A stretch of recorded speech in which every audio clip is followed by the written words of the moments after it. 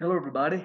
Well, this is a Wednesday afternoon. I just got back from some work I had to do, and it's a beautiful day. The mountain's a little hazy, but everything is fine. I'd like to talk to you about the title of it is The Race of Our Life.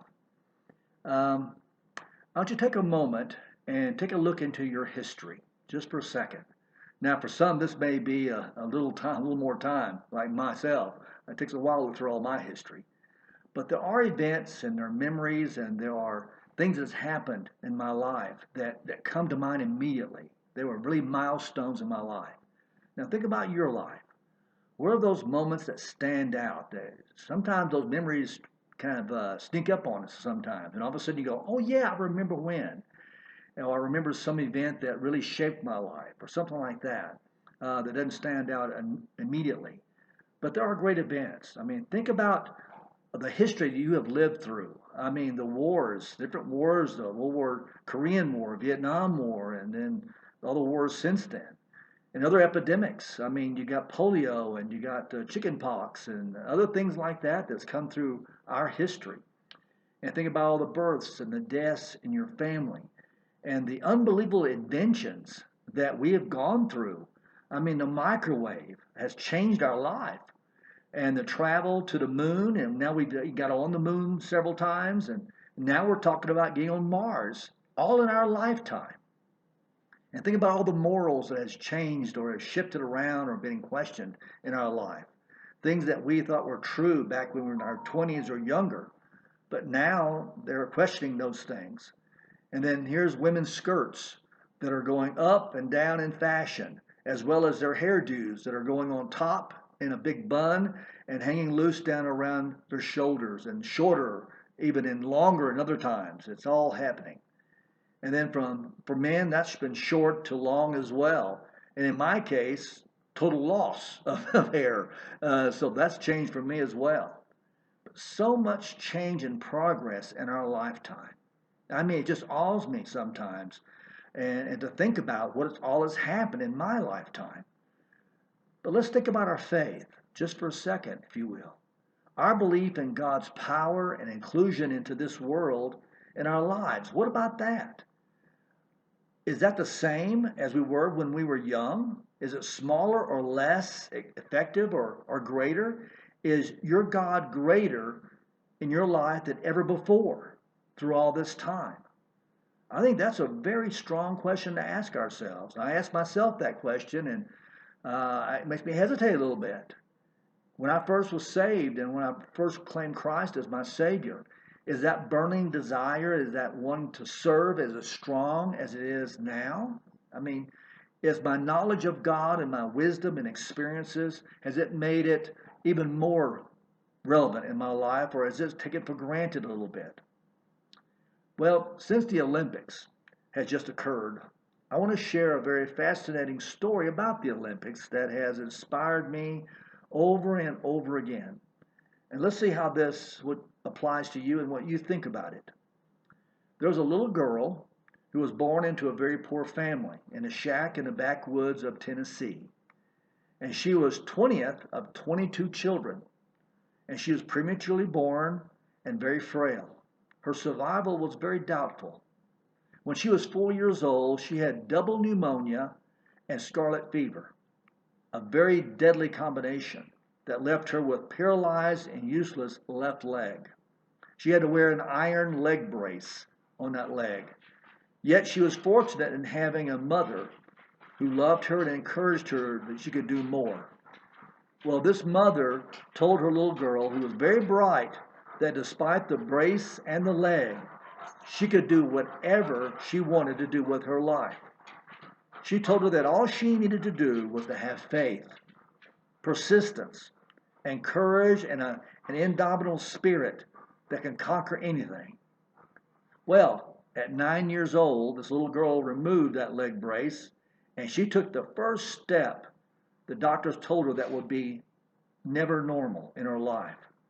In 4 years, she developed a rhythmic stride with that leg, which was a medical wonder. Then the girl got this crazy notion, the incredible notion, that she'll be the world's greatest woman runner. Now, what could she mean? To be a runner with a leg like that, all shriveled up? Well, I'll get back to that story in just a moment and leave you with a cliffhanger just for a little bit. But so, once again, let's take a look at your history. I mean, where you are now and where you come from. Our individual pathways has been full of joys and heartaches and thrills and mystery and surprises. I mean, it's a roller coaster of a life that we've lived. And many of those surprises were on us. I mean, we didn't expect it. We accomplished things we thought we would never do. I mean, who ever think that you would be doing what you're doing now, living as old as you've lived, and still going through unbelievable moments, and that you're so rich in these experiences, so rich in your life, so blessed that you're considering where you come from a long time ago, how far you have come. I mean, beyond our dreams, we've accomplished more. When I was in the Persian Gulf during Desert Storm, we fought against Iraq. I saw these black goatskin tents of the Arab desert dwellers known as the Bedouins. And except for that periodic pickup truck or tractor or television antenna sticking up, what you see was remained largely what was unchanged through centuries. It's that same basic lifestyle as that of a godly old nomad by the name of Abraham lived. And uprooted from his ancestral home in Ur, near the shores of the Persian Gulf, he wandered from one place to another, dwelling in tents, facing one adversity after another, never sure of what the next day would bring. His life was filled with uncertainty and insecurity, and he longed for something permanent in his life. And it says in Hebrews, by faith he lived as a foreigner in the promised land, as though it were a foreign country. Lived in tents with Isaac and Jacob, who were fellow heirs of the same promise. For he was looking forward to the city with firm foundations, whose architect and builder is God. It was near that well in the town of Beersheba that he found finally what he was looking for. There God revealed himself by the name of El Olam, which means the eternal God. The first time that is mentioned in the scripture verses in Genesis 21. I mean, what an encouragement it was for Abraham to learn that in spite of all the unsettled and unstable and transitory character of his life, the God whom he knew and loved, who controlled every circumstance of his life, has been around from eternity past and will be around for eternity to come, never changing. There's another godly man we need to think about as well in the Old Testament by the name of Moses, who lived to be the ripe old age of 120. That's my goal too. Considered more than insurance tables would say that people should live, I guess. But as he neared the end of his life, he became deeply impressed with the impermanence and brevity of life on this earth. He found his mind turning more and more to the same truth that God had revealed to Abraham years before. He wrote a psalm, in fact, about it, probably the clearest statement of God's eternity found in the Bible in book of Psalms, chapter 90. Lord, thou hast been our dwelling place in all generations, before the mountains were born, or thou didst give birth to the earth and the world, even from everlasting to everlasting, thou art God. And other Bible writers picked up the same theme, and we found it repeated throughout the pages of Scripture. Isaiah called God the high and exalted one who lives forever. Paul referred to him as the King Eternal in 1 Timothy. So what does that mean? What are the implications of God's eternity? I mean, what difference should it make to us that our God is eternal? Well, we shall learn as we progress to the study of God's attributes that everything God is, he is perfect and ultimate degree. In other words, he is infinite, without limitation, without termination. Now, some consider eternity to be simply infinity in relation to time, and that's true. But it's also free from the succession of events and is totally sufficient in of himself. If we really want to know God, and enjoy his fellowship. It will be helpful for us to understand that these truths which he has revealed about himself.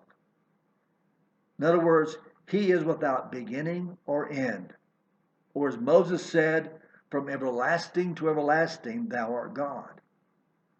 So just for a moment, let's examine the first part of that statement, from everlasting. Now, periodically, children will come to me, and they've come to you, maybe your grandchildren, whatever, and ask that question. It's so hard question. Well, where did God come from? And we've all been taught to believe that everything comes from someplace. I mean, every physical object has been taught to believe that there's a maker behind it. Humanly speaking, somebody was even responsible for bringing me into existence, called a mother and a father, a man and a woman. We teach our children from the earliest of days of understanding that the ultimate builder and the maker of all things is God. He created the universe of which we have set up to be part of. They're surely going to ask us. They're really going to help themselves by saying, who made God? And boy, that answer is so difficult to accept when we try to explain it to them. I mean, they have no frame of reference to which they can relate to it. They have never heard of an answer like this before. It may leave them puzzled and confused at first, but there is no other possible explanation. Nobody made God. He always is and always was. Now, how does a child grasp that, much less me, an adult? The Bible never tries to prove his existence or explain where he came from. It merely assumes that he is there and that he will always have been there and he has no beginning. Now, what has the future in store for us and for you and I? There are more deeds to be done. There are more dragons to slay. There are more mysteries to be solved. So get ready for a future of surprises because God is eternal and we are his children, part of that eternity. And yeah, we're defined by birth and death. But inside of that sandwich, those bookends, that I'll talk about in just a moment a little more, is that we are full of moments, more to come, to explore and to really grasp and to actually experience the eternity of God. Well, you waited long enough. Let's go back to our story, shall we? A teenage girl who wanted to run despite her pneumonia and scarlet fever legs. So at the age of 13, our girl entered a race. She came in last. I mean, way last. Not surprising. She entered every race in high school. I mean, every race. And in every race, she came in last. But she persisted. Everyone begged her to quit. Why do you keep going? However, one day, she came in next to last. And then there came a day, race after race, until she won a race. And from then on, she won every race that she entered. So she went to Tennessee State University, where she met a coach by the name of Ed Temple. Now, Coach Temple was a rare coach because he saw that indomitable spirit of the girl, that she was a believer, that she had great natural talent. He trained her so well that she went to the Olympic Games. Now there, she was pitted against the best, and the greatest woman runner of the world, named Uta Hagen. Nobody had ever beaten Uta. But in the 100-meter dash, our girl won. She beat Uta again in the 200-meter dash race. And now she had 2 Olympic medals, gold medals. Now finally came the 400-meter relay. It'd be our girl against Uta once again. The first 2 runners on our team made perfect handoffs with the baton. But when the third runner handed the baton to our girl, she was so excited that she dropped it. And our girl saw Uta taking off down the track, and our girl was way behind. It was impossible that anybody could catch that fleet and nimble girl. But our girl did. Wilma Rudolph, maybe you know the name by now. had earned 3 Olympic gold medals because she beat her. The girl who could barely walk, much less run, became the fastest woman racer in the world. When we open the first page of the Bible, it says simply, in the beginning, God. He is just there. And look at what he is doing. He creates the heavens and the earth. He existed before all things, and he himself brought everything else into existence. If anybody existed before God and was responsible for making God, then they would be God. And he would have to begin our questioning all over again. So who made him? We're really saying is that because God is eternal, he is self-existent. The only being there is who does not owe his existence to somebody else. He is independent of any other being or cause. He is over and above the whole chain of causes and effects.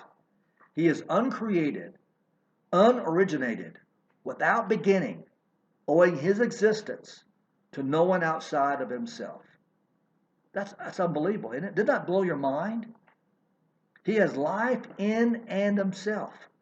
And as Jesus put it in John, he said, "For just as the Father has life in himself, even so he gave to the Son also to have life in himself."